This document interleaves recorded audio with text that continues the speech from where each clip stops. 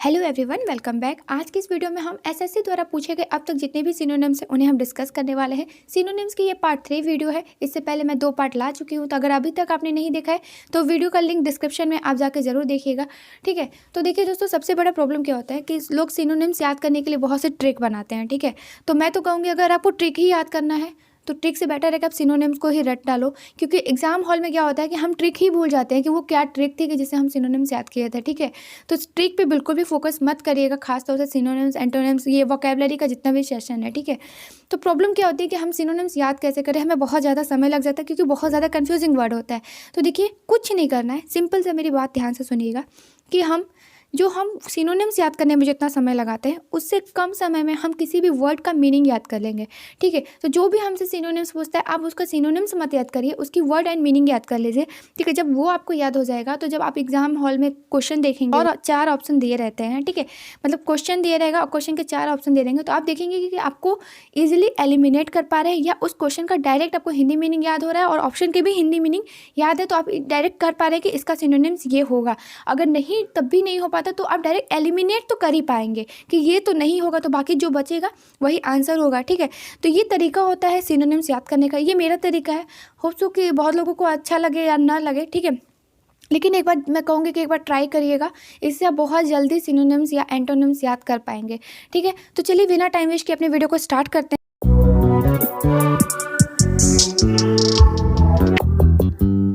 जैसे हमारा पहला क्वेश्चन है कि सेफ का सिनोनिम्स क्या होगा। देखिए, ये क्वेश्चन एसएससी सीएचएस से 10+2 टायर 1 में 5 मार्च को पूछा गया था, 5 मार्च 2018 को पूछा गया था, ठीक है। तो सेफ का मतलब होता है सिंपली मसलना, ठीक है। अब हमें समझ में नहीं आ रहा कि इसका ऑप्शन क्या होगा, चैन, सेफ, इरिटेट, जॉय। तो देखिए ध्यान से समझिएगा, जो इरिटेट है, इरिटेट का मतलब होता है चिढ़ाना, जॉय मतलब तो समझ रहे हैं, हर्ष या खुशी। जो सेफ होता है, सेफ मतलब समझ ही रहे हैं क्या होता है, सुरक्षित, ठीक है। और चेन मतलब तो जान ही रहे हैं कि जंजीर। तो कितना इजी है कि हम हिंदी मीनिंग तो उतना आसानी से याद कर लेंगे। अब देखिए, मसलना का किससे सिनोनिम्स लग रहा है, जंजीर तो नहीं होगा तो एलिमिनेट करते चलिए, सेफ और मसलना बिल्कुल नहीं होगा, एलिमिनेट करते चलिए, जॉय भी बिल्कुल नहीं होगा, एलिमिनेट कर। इरिटेट, मसलना मतलब नहीं बहुत ज़्यादा किचकिचवा देना, लाइक इस टाइप से। तो इरिटेट का सिनोनिम्स क्या हो जाएगा, सेफ, या सेफ का सिनोनिम्स क्या हो जाएगा, इरिटेट।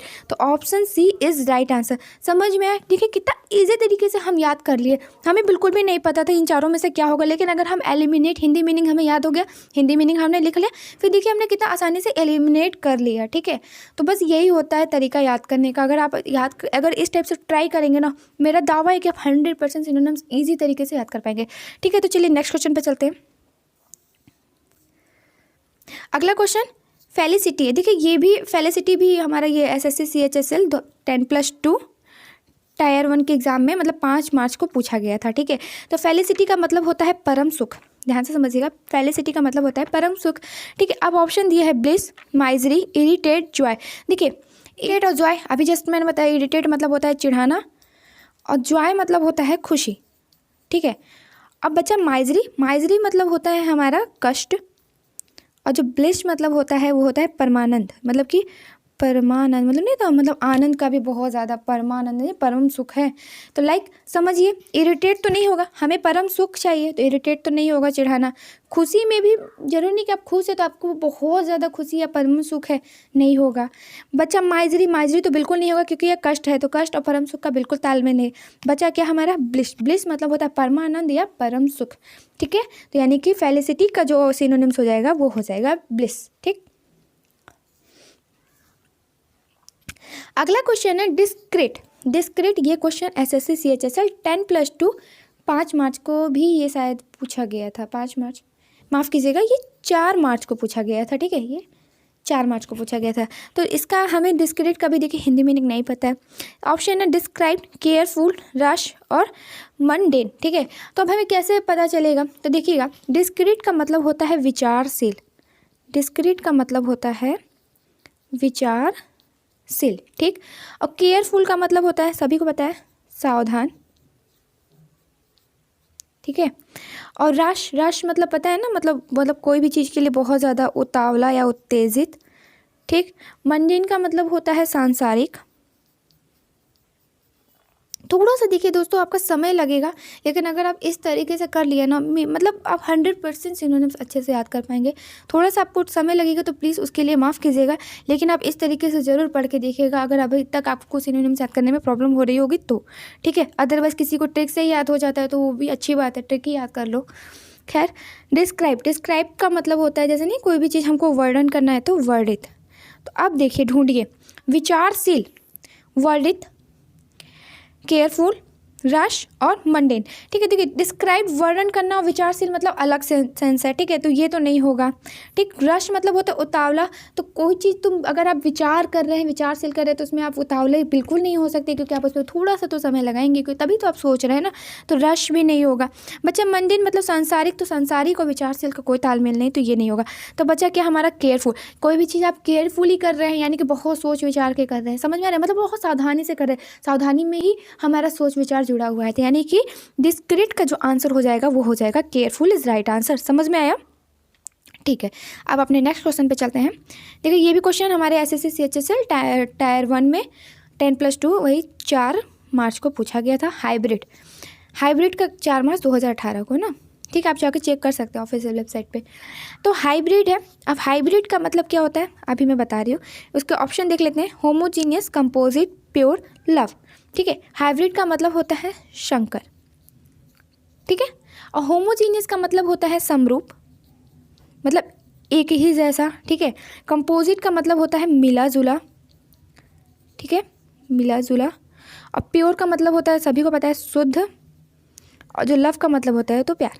ठीक है, तो संकर मतलब भी होता है जैसे कि कोई भी चीज़ हाइब्रिडाइजेशन, जैसे कि कोई भी चीज़ मिला के उसका बन रहा है। ठीक है, होमोजीनियस मतलब समरूप, एज इट इज़, उसी के तरह, तो ये तो नहीं होगा। लव बिल्कुल नहीं होगा, प्योर बिल्कुल नहीं होगा। तो बच्चा क्या, कंपोजिट मतलब होता है कि मिला जुला, तो यानी कि संकर का जो सिनोनिम्स हो जाएगा वो हो जाएगा कंपोजिट। ठीक है,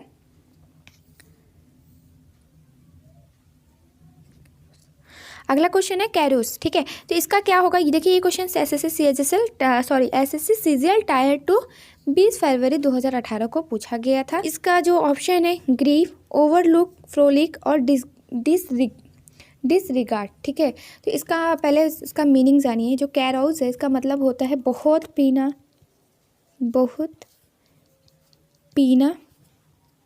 इसका जो मीनिंग होता है वो होता है बहुत पीना या दावत देना, लाइक इस टाइप से। ठीक है, और जो ग्रीव होता है, ग्रीव का मतलब होता है शोक। ओवरलुक का मतलब होता है देखी अनदेखी करना। ठीक है, देखी अनदेखी करना। और फ्रॉलिक का मतलब होता है आनंद मनाना, आनंद मनाना। और डिसरिगार्ड का मतलब होता है अपमान करना। ठीक है, अब ध्यान से देखिए, जो कैरोस का इसका मीनिंग क्या हो जाएगा, मतलब बहुत पीना या बहुत मतलब कि दावत देना। तो हम बहुत ज़्यादा दावत कब देते हैं या बहुत ज़्यादा कब पीते हैं, मैं उन लोगों को बता रही हूँ जो ज़्यादा ड्रिंक करते हैं। ठीक है, दो सिचुएशन में करते हैं, लाइक खुशी में या गम में।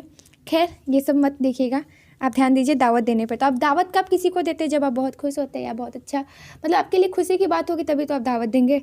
ठीक है, तो ग्रीव तो नहीं होगा, ये शोक हो गया। ठीक, ओवरलुक देखी अनदेखी करना, ये भी बिल्कुल नहीं होगा। फ्रॉलिक का मतलब होता है आनंद मनाना, या तो आप आनंद मना रहे हैं तभी तो दावत दे रहे हैं, तो इसका सिनोनिम्स क्या हो जाएगा, फ्रॉलिक हो जाएगा। डिसरिगार्ड मतलब नहीं हो जाएगा, अपमान करके, मतलब दावत क्यों दे रहे हैं, अपमान करने के लिए किसी को, इतना पैसा थोड़ी ना है किसी के पास। ठीक है, तो ध्यान में रखिएगा।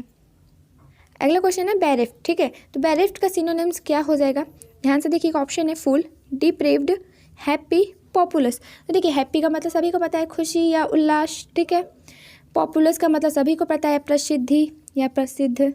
ठीक, अब बच्चा फुल का मतलब भी मतलब संपूर्ण या भरा हुआ या कंप्लीट।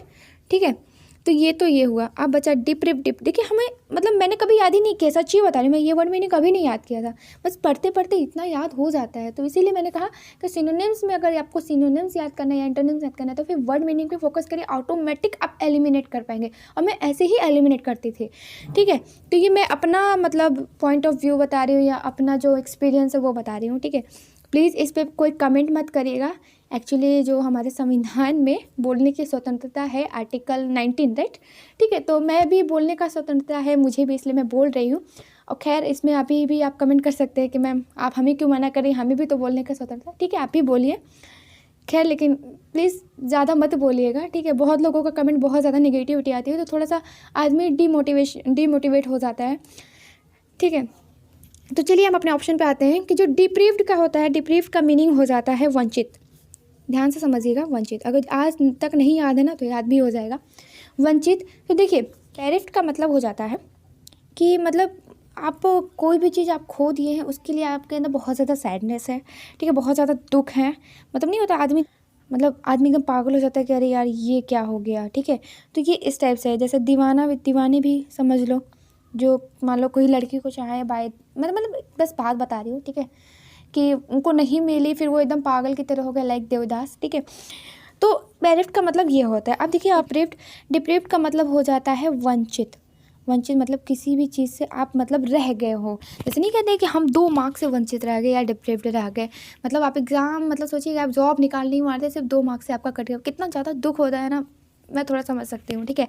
खैर तो इसका आंसर हो जाएगा डिप्रीव्ड, ठीक है। अगला क्वेश्चन है एब्निकेशन, ठीक है। एब्निकेशन का मतलब क्या होता है, पहले ऑप्शन देख लीजिए, पहले इसका मतलब समझिए। एब्निकेशन का मतलब होता है अस्वीकार, ठीक है। एब्निकेशन का मतलब होता है अस्वीकार। अब आपने ऑप्शन देखिएगा, यहाँ पे मैं लिख देती हूँ थोड़ा सा, एब्निकेशन। एब्निकेशन का मतलब होता है अस्वीकार, ठीक है। ये क्वेश्चन भी सीजीएल में आया था। और कब आया था सीजीएल, सेकंड टायर सेकंड में आया था। और कब आया था तो 20 फरवरी 2018 को पूछा गया था। अब देखिएगा 18 को आया था। देखिए आपके ऑप्शन है डैनियल, एक्सेस, एल्डिंग, एमिटेंस। तो ध्यान समझिएगा, एब्निगेशन का मतलब होता है अस्वीकार। तो देखिएगा डैनियल का मतलब हो जाता है इनकार, ठीक है। डैनियल का मतलब हो जाता है इनकार। एमिटेंस का मतलब हो जाता है प्रवेश, ठीक है।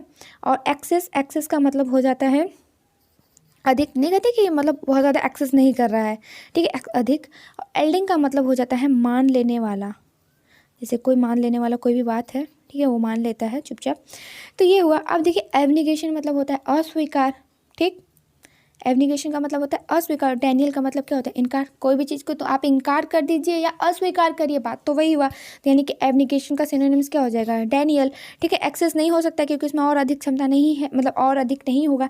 एल्डिंग मान लेने वाला, जब मान ही लेगा तो फिर वो स्वीकार अस्वीकार क्यों करेगा, मतलब वो कुछ भी मान लेने वाला है। अब खराब भी बात बोलेंगे वो मान लेगा, यानी कि वो तो एल्डिंग हो गया, तो वो तो बिल्कुल नहीं होगा इसका सिनोनिम। एडमिटेंस का मतलब हो जाएगा प्रवेश, तो ये भी नहीं होगा। तो बचा क्या हमारा डैनियल, तो डैनियल क्या हो जाएगा हमारा एब्निगेशन का सिनोनिम्स, ठीक है। अगला क्वेश्चन है एम्बार्गो, ठीक है। देखिए ये क्वेश्चन एसएससी सीजीएल टायर 2 17 फरवरी 2018 के शिफ्ट में पूछा गया था। ध्यान से समझिएगा, एम्बार्गो का मतलब होता है घाटबंदी। घाटबंदी, अब थोड़ी सी क्या होता है ना, इंग्लिश से टफ तो हिंदी ही लगने लगती है। घाटबंदी का मतलब होता है कहीं रुकावट या कहीं पे बैरियर लग गया हो या अवरोध लग गया हो, ठीक है। तो बैरियर ऑप्शन है, बैरियर, तो ये तो समझ में ही आ गया देख कर ही। बैरियर का मतलब होता है अवरोध। प्रिस्क्राइब का मतलब होता है सलाह देना। नहीं कहते हैं कि डॉक्टर के प्रिस्क्रिप्शन पे ही हम कोई दवा दे सकते हैं, तो यानी कि डॉक्टर के सलाह पे ही लेना चाहिए हमें दवा, ठीक है।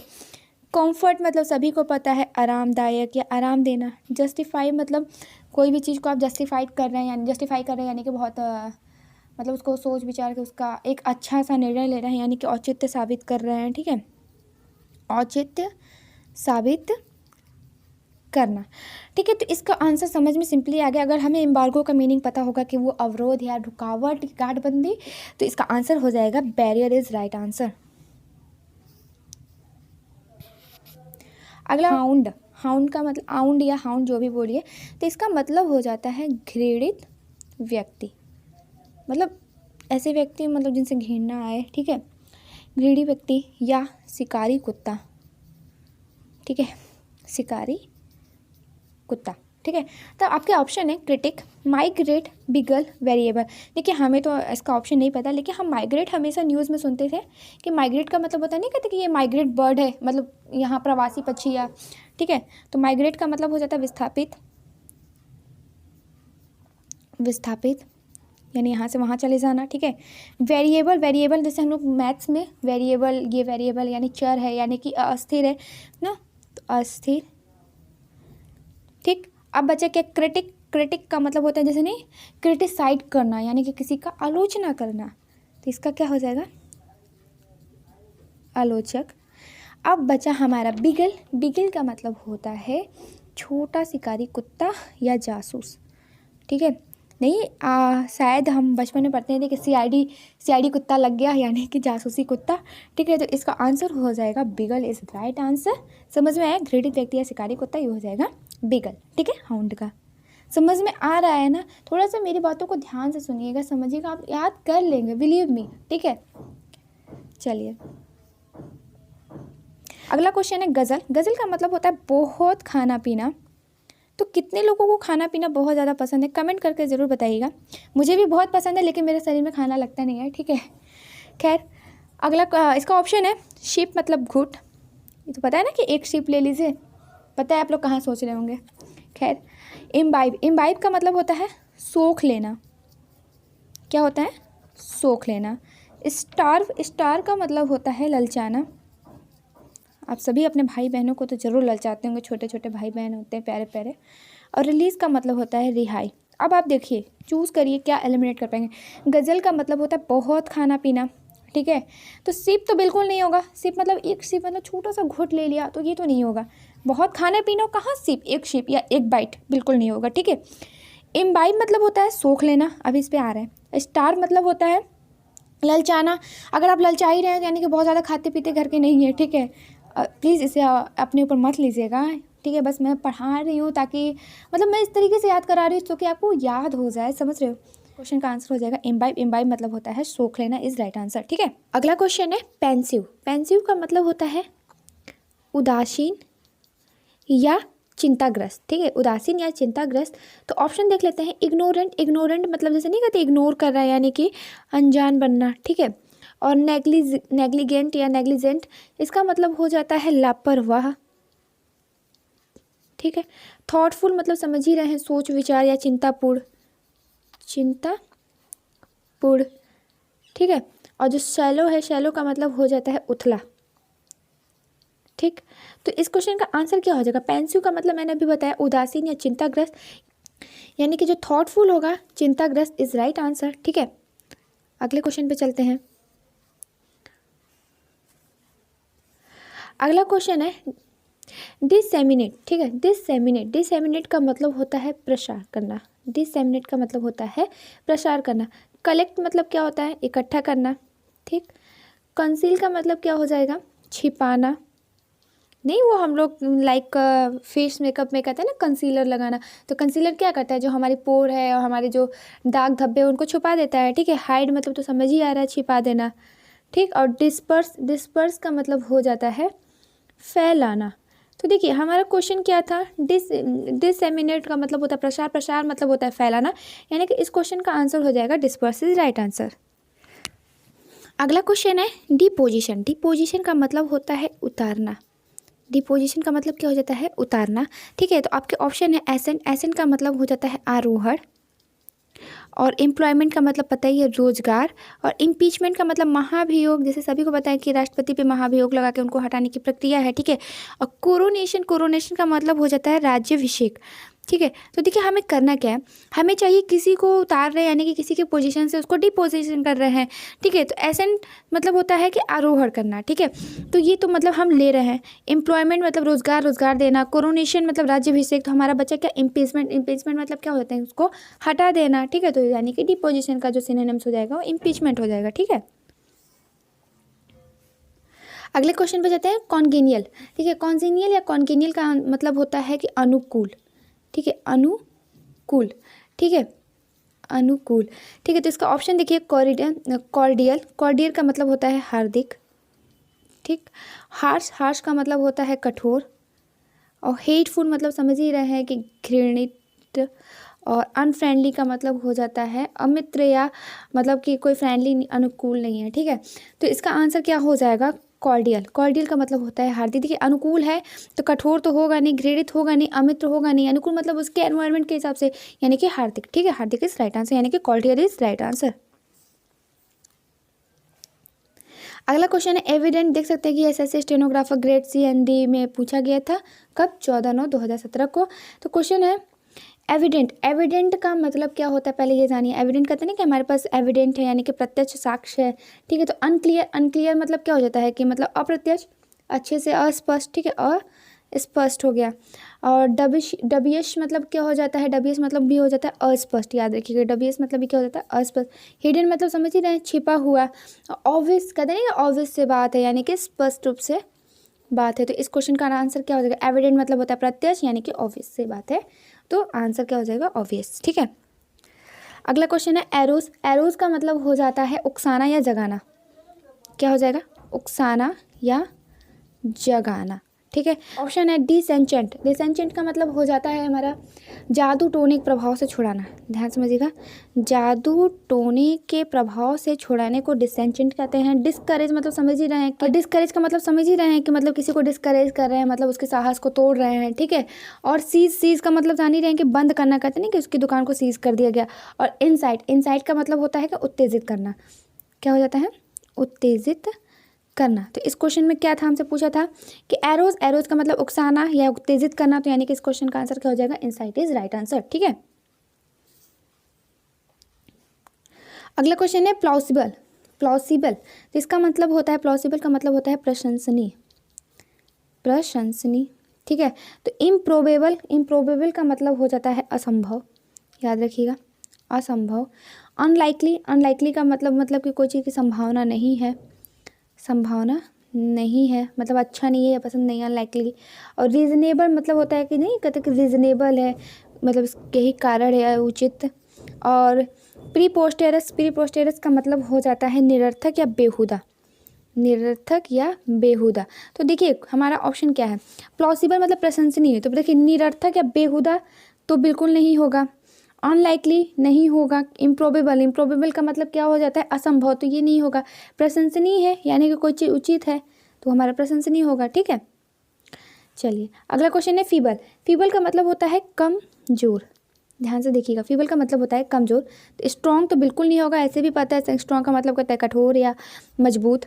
रॉबस्ट, रॉबस्ट का मतलब हो जाता है, तो स्ट्रॉन्ग तो बिल्कुल नहीं होगा। अगला है साउंड।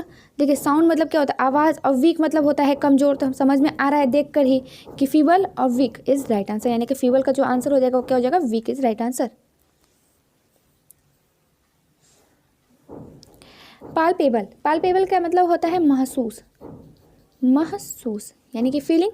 तो देखो परसेप्टिबल, परसेप्टिबल का मतलब होता है प्रत्यक्ष। ठीक है, प्रत्यक्ष। और ऑब्सक्योर, ऑब्सक्योर का मतलब हो जाता है अस्पष्ट, अस्पष्ट, अनक्लियर। इसका सिनोनिम्स हो सकता है इंटेंजिबल।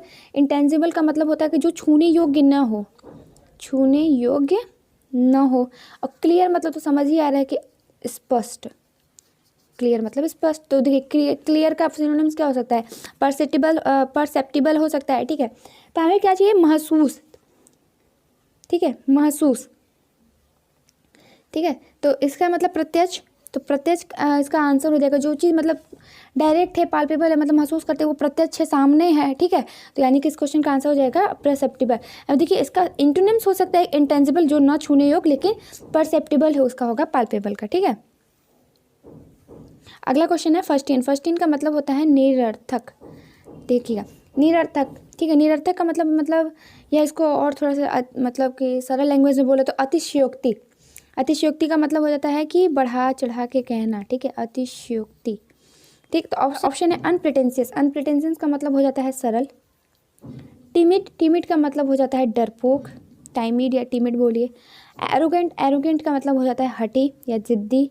और कर्टियस, कर्टियस का मतलब हो जाता है विनम्र।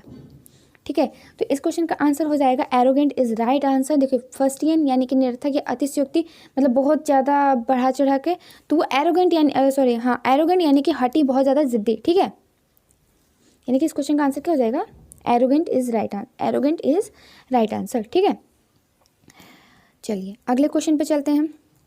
अगला क्वेश्चन है कैज़ुअल, कैज़ुअल का मतलब होता है मीठी बातों से मिला लेना, नहीं कहते बहला फुसला लिया, मीठी बातों से मिला लेना। तो दिस डाइसेंचेंट का मतलब अभी जस्ट मैंने बताया था क्या होता है कि जादू टोना करके प्रभाव से छुड़ा लेना, ठीक है। एंटाइस का मतलब हो जाता है फुसलाना, याद रखिएगा एंटाइस। अब मैं आपको फुसला नहीं रही हूँ, एंटाइस नहीं कर रही हूँ, ठीक है। रिपल्स का मतलब हो जाता है खदेड़ना।